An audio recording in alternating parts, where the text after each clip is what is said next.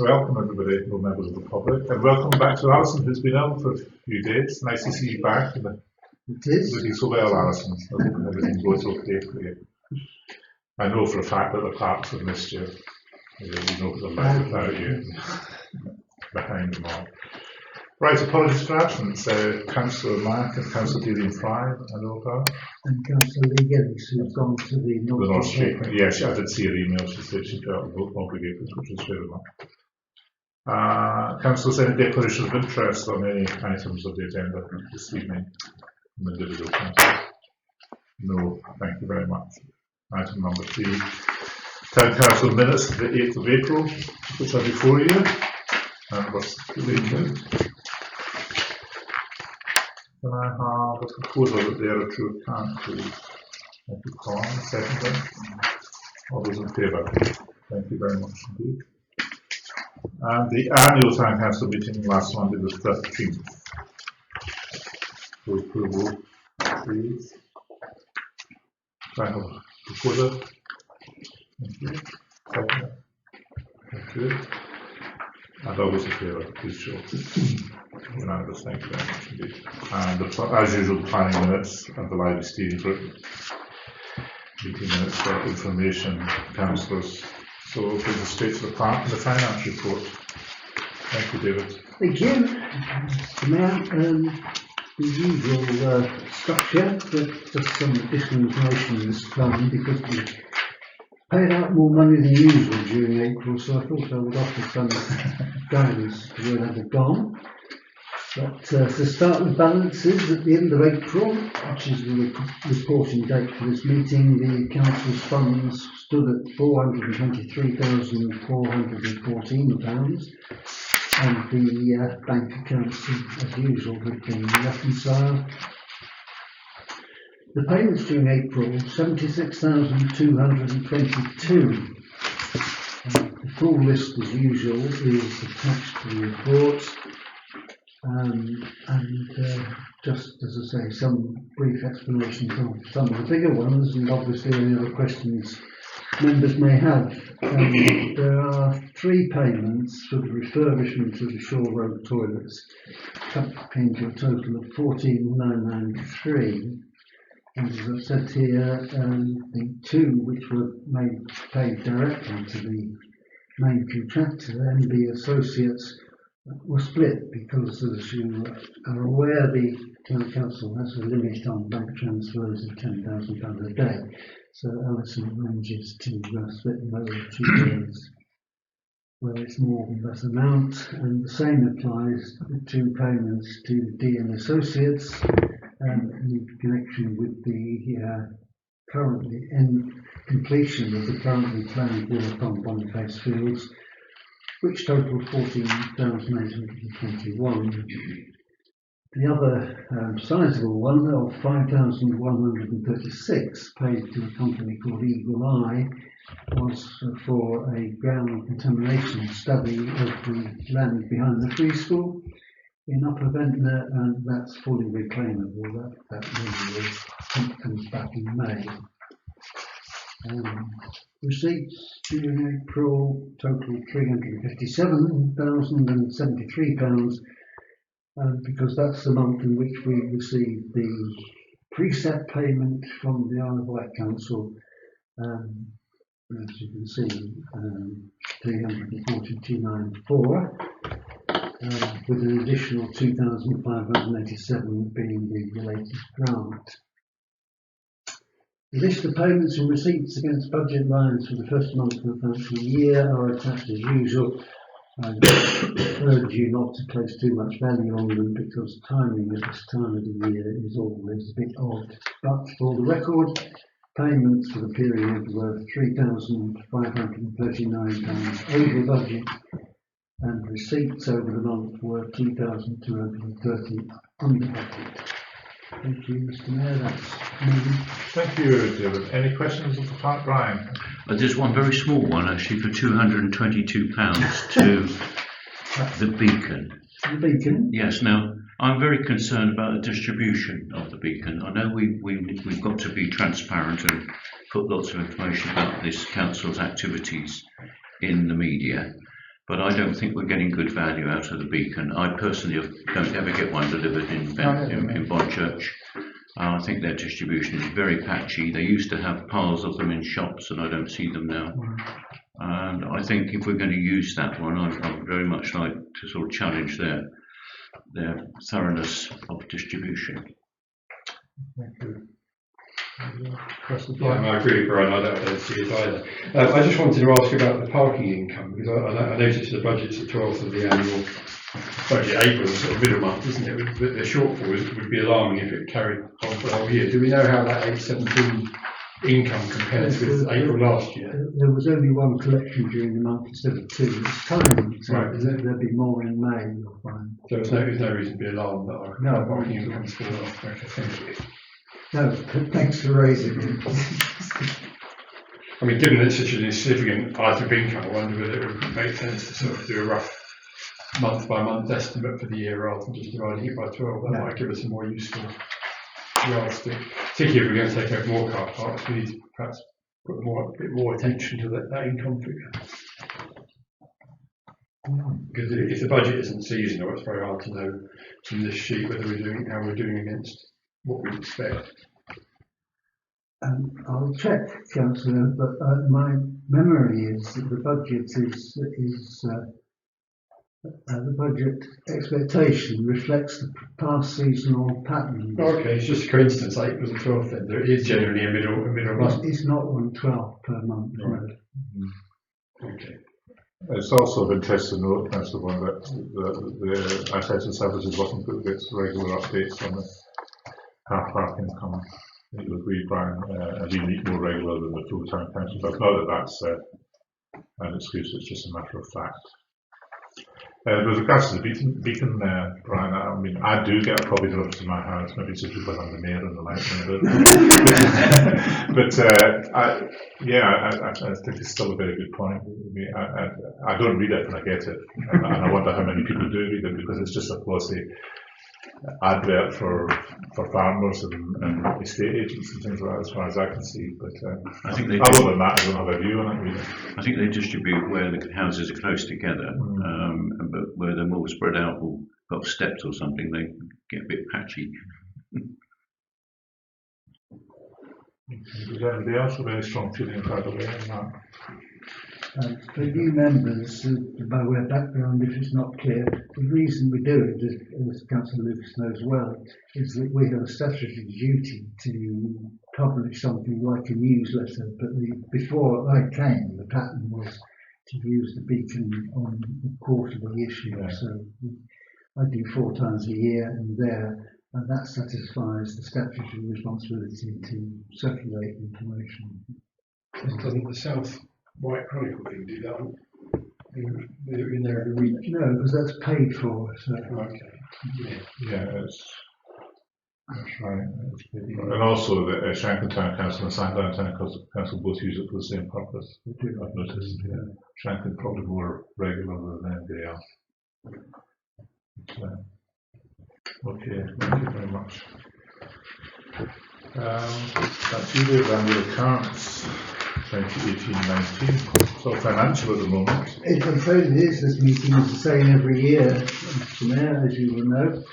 And as you were, you've already seen one set of accounts, which was the receipts and payments portion of it. But because our turnover is in excess of 200,000 a year, we're required to prepare those in the form of income and expenditure, including a balance sheet. And we've been doing that since the financial year 2014-15.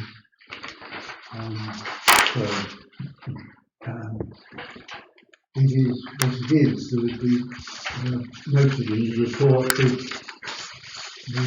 this version of the accounts isn't prepared by me because it needs a proper accountant to do it. I'm not a qualified accountant.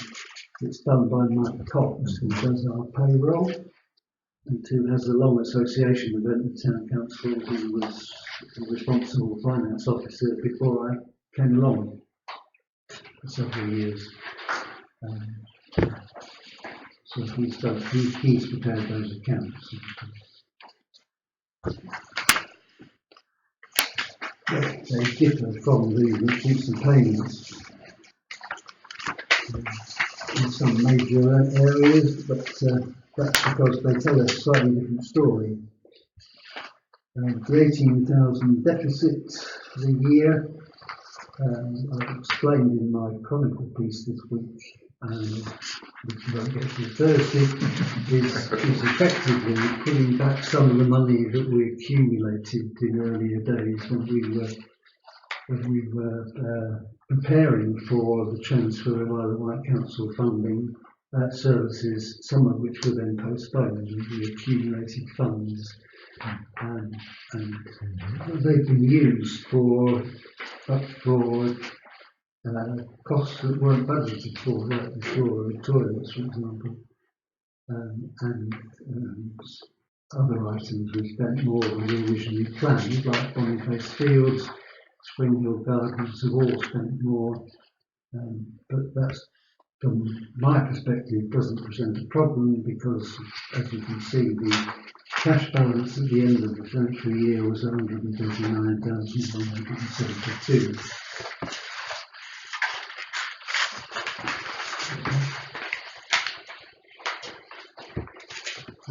The deficit is much the same as last year, so we've had 2 years of deficits. And as far as I'm concerned, we've finished paying back the money we got, not under false pretences, but because we were preparing for something which didn't happen. So are you saying that the next year should be break even then, at least? We should aim at that, yes. Yeah.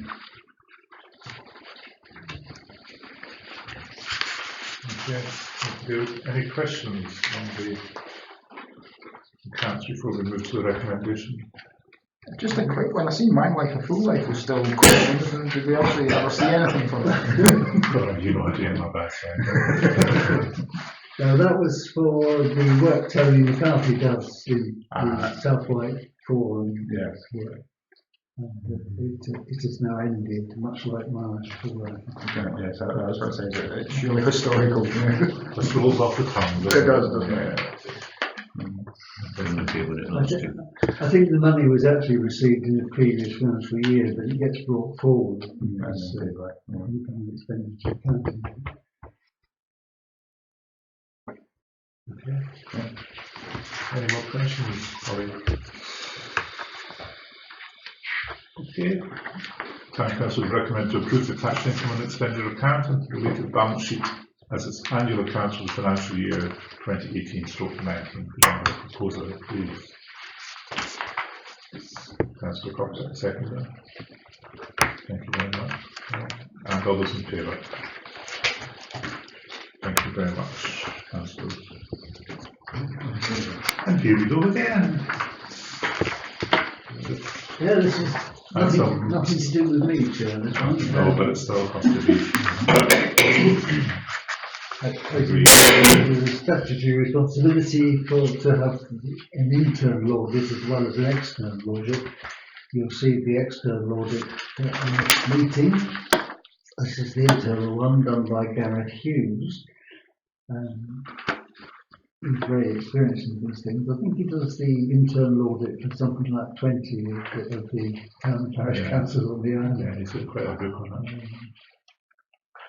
It has the advantage from my point of view, as well as from yours, in that it's the only part of the audit which actually looks at the records. It takes all the invoices and bank statements away with him as the basis for checking that he has copies of the cash book for the year.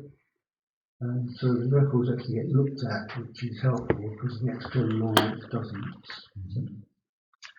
I'm a great fan of internal audits,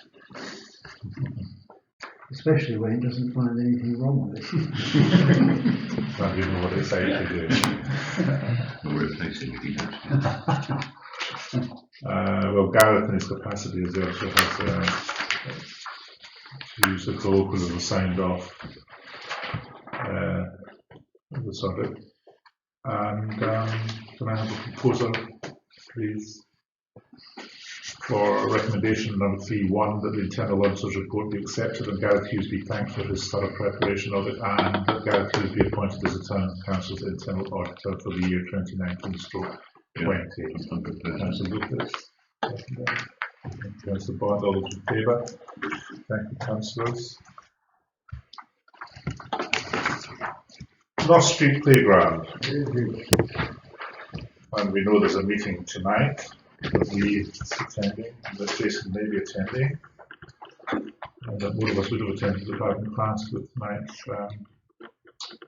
I think the arguments are well rehearsed now, and we did touch on it at the annual meeting last Monday also. The gist of it is that the Isle of Wight Council removed the swings without consultation or even the courtesy of a phone call or an email to the council or its officers or its mayor. I made my position clear at the time. I think the council made its position clear at the time as well. So, does anybody have anything to? Brian? How much money are we talking about? That's the crux of the matter, isn't it? A matter of who pays or who does what. How much would have to be spent by whoever to put these swings back? I've cheated because if you read the report that I circulated, since then we've had a meeting with Lee Matthews, at which he told us that the money had been discovered to pay for the swings. They had been ordered and they'll be in place. The contractors assured him by this small there is a shield. And I've added section D, paragraph D of section 2, tells you the whole story. Total cost of £6,000. Right. That's good news, because it wasn't really credible that the council hasn't got 6,000 somewhere. Well, So one of the money trees. So do we have to talk about anything then? No. Not really, no. But it's as it's not there in black and white, but we do know about it now. Well, when I wrote the report, I didn't know anybody else did. The meeting was on Friday morning, and so it came late. So I cheated and changed the report. So do we have any time indications Well, as to the work being completed? Lee said that he's lent on the contractors very hard to put them in place before the school holidays, and he's been told that will happen. But contractors are what contractors are. Yeah, that's good news. And this news will be relayed to those who attended tonight's meeting. Tony McCarthy will announce it tonight because he was at the meeting with Lee Matthews as well as me. Excellent. Well, that's a great victory. It is. Well, it is. Consider the Isle of Wight Council very quick.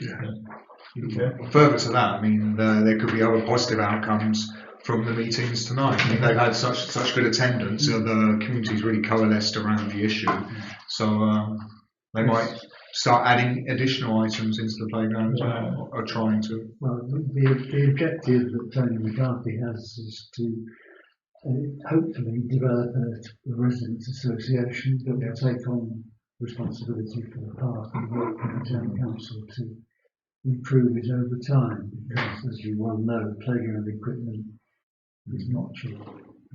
I think it shows the importance of people power, though, because it would be quite easy for them to do it and everybody just have a quiet moan, but they came together in strength, and I think that really had a big impact on the council.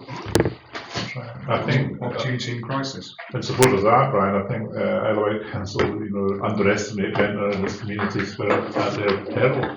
Don't mess with us. And they continue to do it, and they continue to get their noses bitten, don't they? Yeah. And to give the Isle of Wight credit, some credit as well, Lee was responding to an inquiry from the Chief Executive, John Metcalfe, who was also a Ventnor resident, as to what they were proposing to do about it. And then the money was discovered. So, when people will be reasonable about it, all we got to do is find out where this pot of money is. He started from humble beginnings. It's quite good. Thank you. So we can just note that then. To number 8, the Ventnor War Memorial. Yes, this came to the council 3 months ago, if you remember, when Historic England told the town council that they were going to recommend the listing of the war memorial, and asked the town council if it was to comment, which it didn't. and therefore the process is now complete and the formal listing of the building is taking place. And I've obviously copied for you here, attached to the report, the formal listing document. Yeah. The Secretary of State has given his own private circular. This is the only question I have about it, was whether it's just a major refurbishment, obviously. Everybody knows about that, but does it put it in any special privileged position going down the road with regard to? It means that refurbishment will be more challenging in the future. Rather than easier. Yeah, because compliance will be required with existing materials in every stage. Right, okay.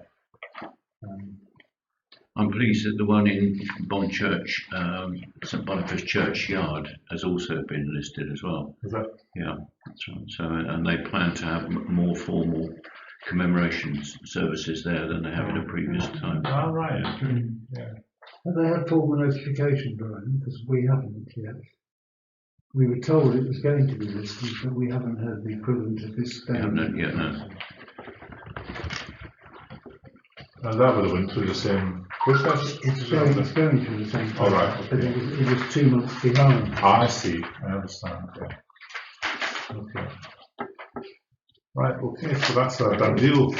Just hanging my hat on this item, if I may. It's about commemorating military events. I hear on the grapevine there's a possibility of a D-Day event 2 weeks on Wednesday. Ah, yes, I know something of that. Ian. Yeah, and I think it'd be worth for the record. It'd be worth just stating that and then thinking about what publicity we can give it, because I've not seen anything official or just heard well, I about think it. the publicity side was in good hands. If the conversation I had with the gentleman concerned was anything to go by, he never stopped talking all the way. Probably the same. I was on the bus and I answered my phone in Wroxall and I was still talking about events at Newport bus stations.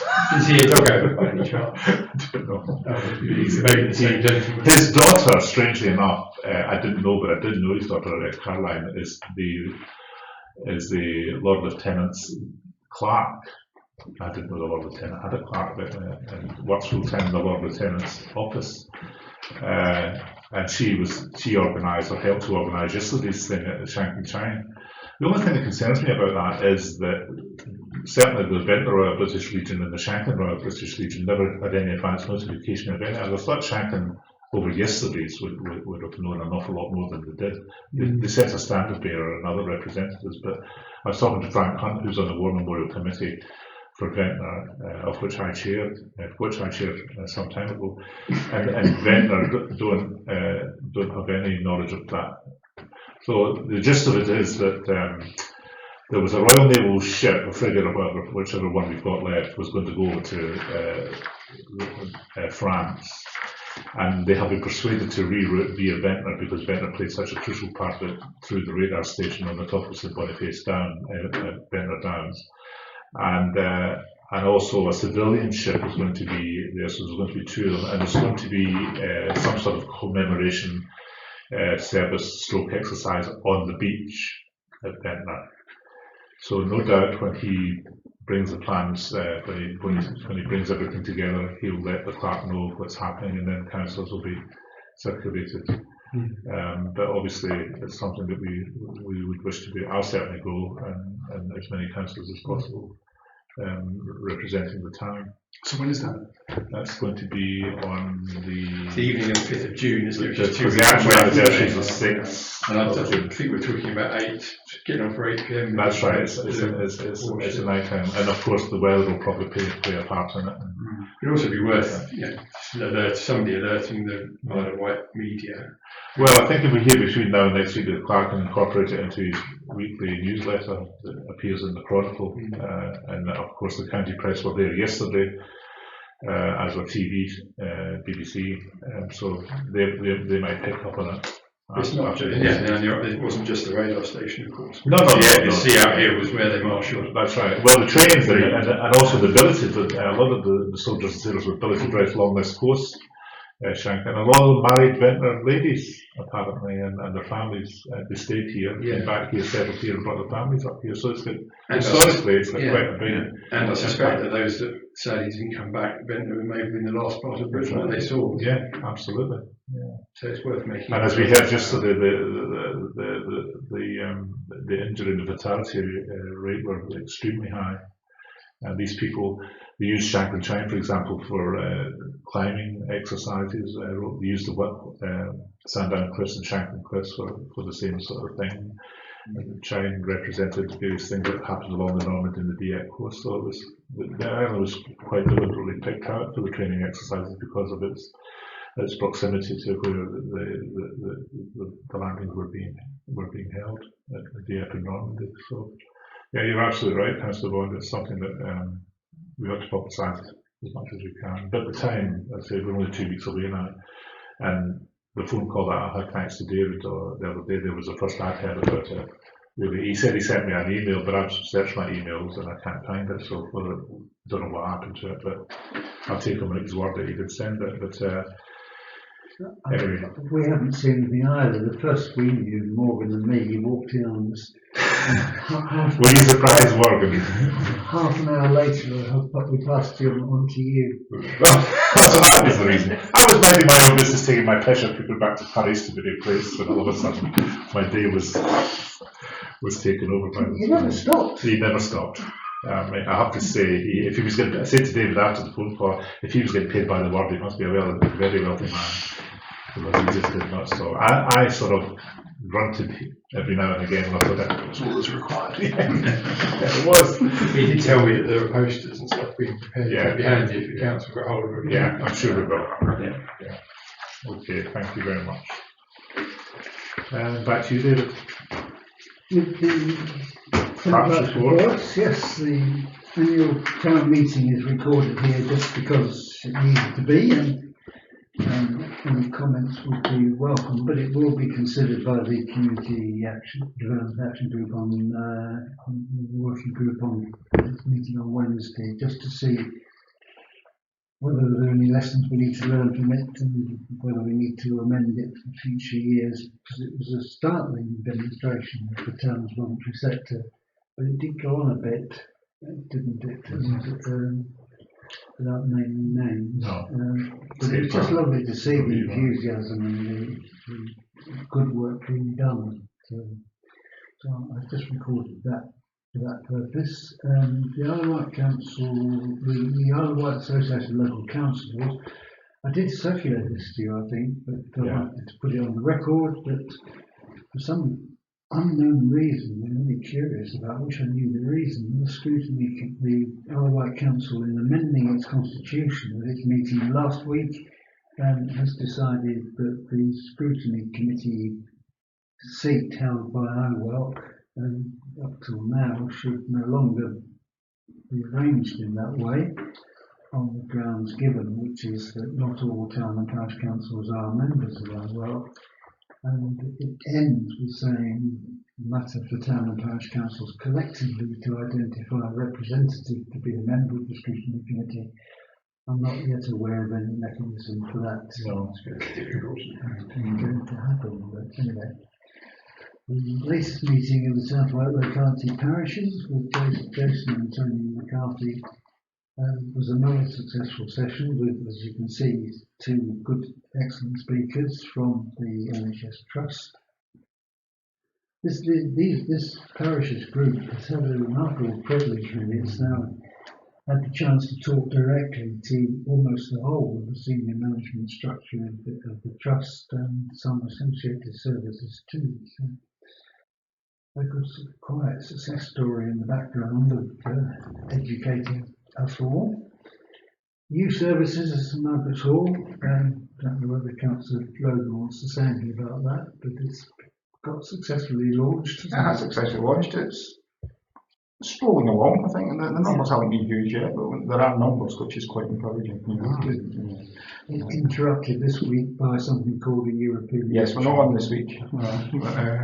that. But we've got people on board. The Citizens Advice Bureau are quite keen to come on board, and I think they'll be very effective. So it's myself, Julie from Southern House, and Tony, and the Citizens Advice. And between the four of us, I think they can cover most things. Yeah. Good. The Society of Local Council Clerks had its latest, the Isle of Wight branch's latest meeting, and Alison and I are now regular attenders at that for interest and sharing ideas. Jason had his latest session with visiting students, as you can see in item 6. One more to come this season of those. And the working group meeting dates for the record, and I obviously have noted Councillor Lucas's suggestion that in future we will circulate draft notes of both of those meetings.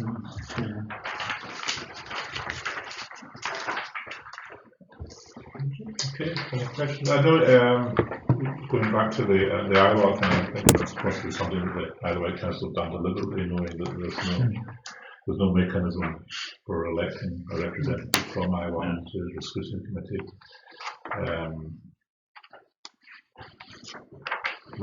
I used to go to a lot of scrutiny committee meetings, and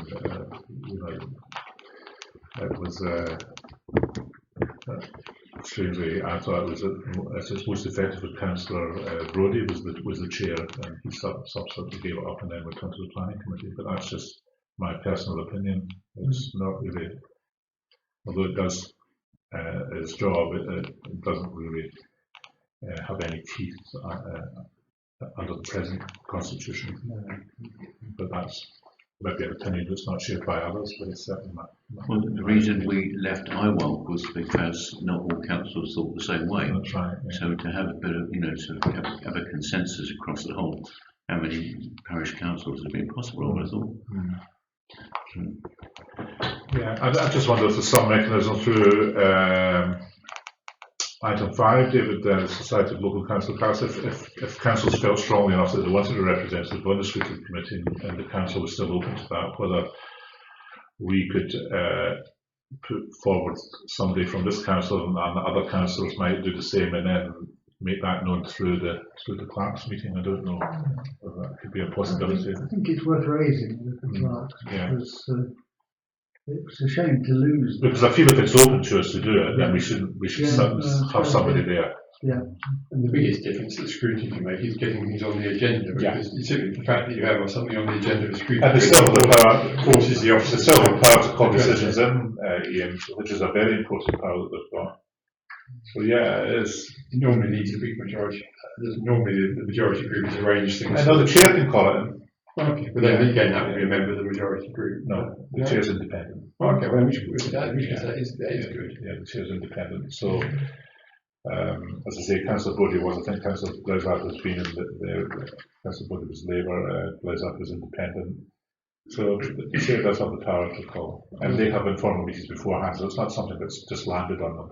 So they do have procedures to go through. So I think that maybe if you could just have a chat about it amongst your colleagues, That is a strange thing to do, because although not all councils are, 28 of the 26 of the 33 are. Yeah, so there's some anyway. But we've had a historical shall we say, reservations about Iowa going back before a lot of you were here, so which we won't rehearse at this meeting. But, we'll get it listed on the agenda for the next clerks meeting. It's worth discussing. Okay, any more questions on the clerks report, councillors? Thank you very much indeed. No public forum because there's no members of the public, unless you want to be considered a member.